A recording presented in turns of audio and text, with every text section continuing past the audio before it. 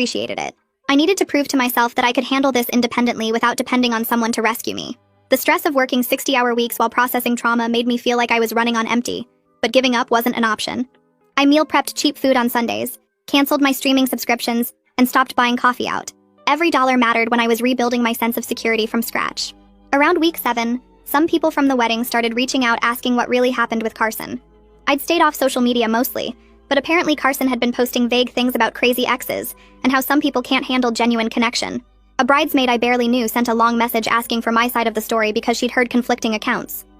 I realized Carson was running his own counter-narrative to make me look unstable or vindictive. I wrote back a brief, factual explanation to the people I actually trusted, saying Carson had lied about his identity and that I'd gotten a restraining order after discovering his criminal history. I didn't go into detail about the manipulation or the violation I felt, just stuck to facts that could be verified. With everyone else, I let it go. Some people would believe Carson's version no matter what I said, and trying to control the narrative with acquaintances I'd never see again wasn't worth my energy. It stung knowing people thought I was the problem, but Jacinta reminded me that people who matter would trust me, and people who didn't know me well enough to give me the benefit of doubt weren't worth worrying about. 3 months after the restraining order, Detective Gregory called with news that shifted everything. Carson had violated his probation by contacting one of his previous victims through a fake social media account, and the woman had immediately reported it to police with screenshots.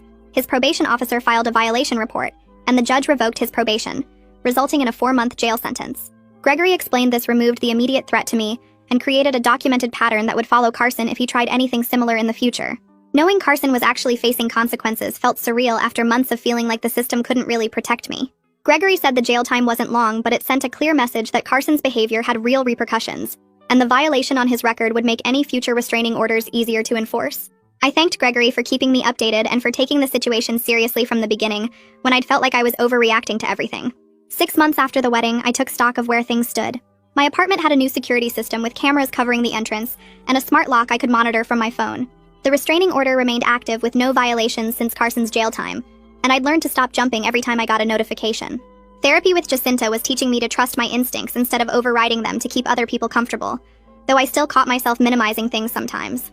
My relationship with Elaine stayed distant with clear boundaries I'd set about not attending family events where she played victim about our estrangement. Mom kept trying to smooth things over, but I'd stopped explaining myself and just repeated that I needed space. I still had moments of anxiety about dating and whether I'd ever trust someone enough to be vulnerable again. Sometimes I'd see a tall guy with dark hair and my heart would race before I realized it wasn't Carson. The situation didn't resolve perfectly with Carson fully punished, or my family magically understanding what I went through, but I'd built real safety measures and I was doing the ongoing work to heal, which felt like the most honest outcome I could ask for.